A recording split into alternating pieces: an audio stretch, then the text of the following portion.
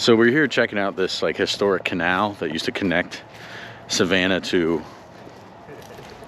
I can't say it, Ogeechee. I'm not even saying that right, but anyway, it's a really cool landscape.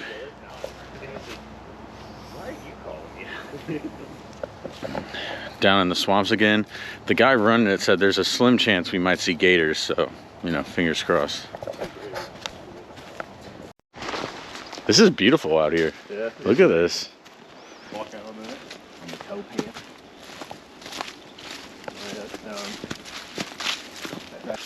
Man, it's really beautiful out here. This is the old canal here itself. Like, is it?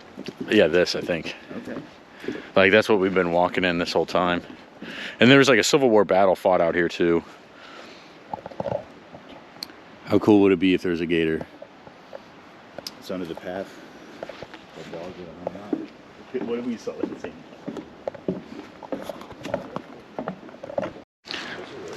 So that's something a lot of people don't realize is before the highway, before airplanes, before railroads even, the whole country was connected by canals.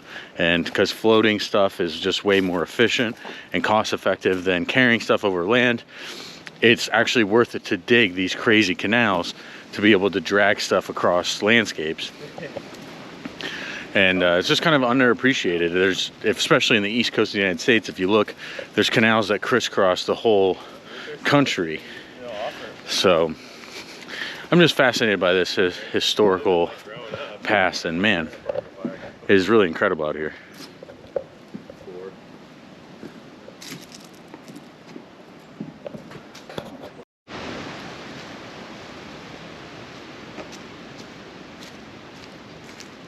I think actually the actual canal might be at the end of this, because it didn't seem like it. I don't actually know what I'm talking about. I don't know if you knew that, but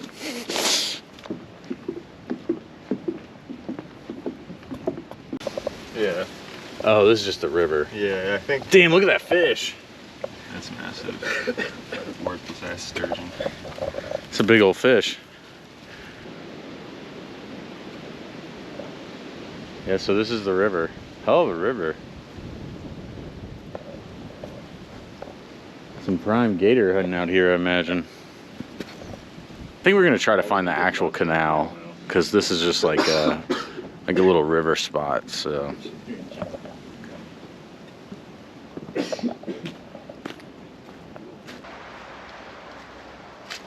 Ogeechee? That's how I'd say that.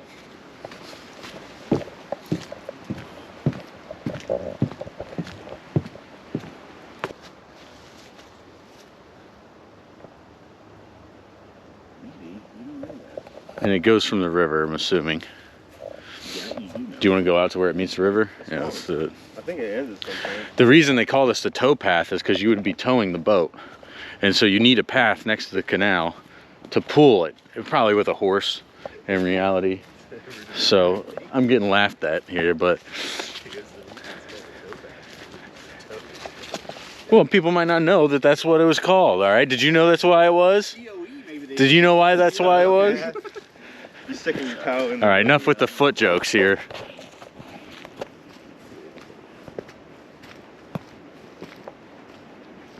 Nice. So the goal was to get all that cotton and raw materials, like, well, pine, you know, for paper or whatever. I know that's a big industry here now, is to get all those raw materials out to the coast, and from the coast, Savannah Port, they could go anywhere, right, in theory. Frictionless travel, or as near to frictionless travel as you could get. Somebody made like. Okay, there's like a fake thing.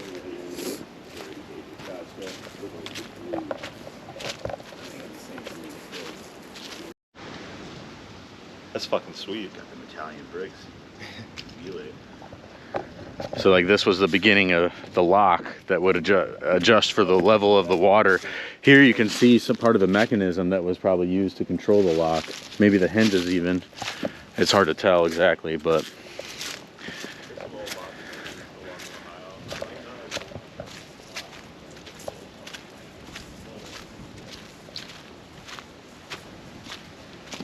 and so there, depending on the level of the water, there would be gates in this lock, and in between the gates would match the water level of either the river or the canal. And so they would open the gate strategically to match that water level and then let traffic, barges, small barges, you can see these aren't huge, being pulled by horse into the canal. And that would be taken all the way to Savannah Harbor. This canal wasn't operated for very long at all. It was made irrelevant by the railroads, as so many canals in the U.S. were. But very cool. Obviously, you can tell I'm excited about it. It's such an interesting nexus of physics and economics and politics and culture, and yeah, I don't know. That's my type of jam. So, pretty cool stuff.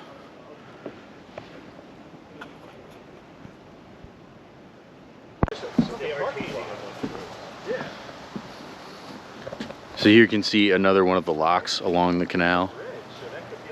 And actually behind me, they have one of the, like a recreation of the lock gates, like how these lock gates used to be. And it's actually really interesting here. So here you have the gate. And the arm at the top would be like the pivot point. So you could pivot this gate.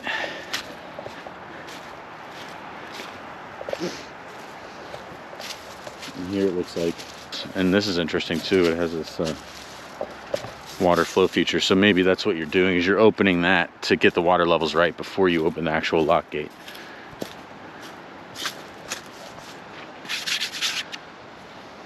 Here, I don't know if you all can even see the details how a lock operates, but it's just like what I said. You match the water levels and then you open the gate.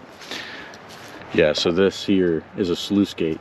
So you'd open that to match the water levels first. See, even I learned something.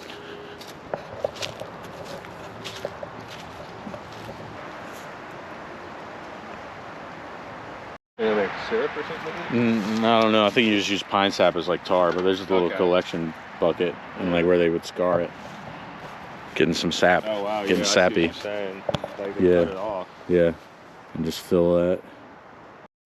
So this canal was chartered in 1824 and it was built from 1826 to 1830 mainly by black and Irish laborers, and it transported things like rice and bricks and cotton, obviously, from the interior to the coast, like I mentioned before. But after the Civil War, timber briefly was a boon to the canal's use, but pretty quickly thereafter it was closed and a yellow fever outbreak was blamed on the canal. Who knows if that's true or not? Sounds pretty reasonable to me, but anyway, railroads were going crazy at that point, so it was not that much less efficient to use a railroad than it is to use a canal. And now it's just kind of sitting here in disrepair. I mean, the guy running this place is just all alone, so. Poor guy. Yeah, I mean, he must love it. Yeah, no, I'm not. Yeah. He's got to do it for a reason. It's a good retirement job. Yeah, definitely. He's not nearly as enthusiastic as John Brown.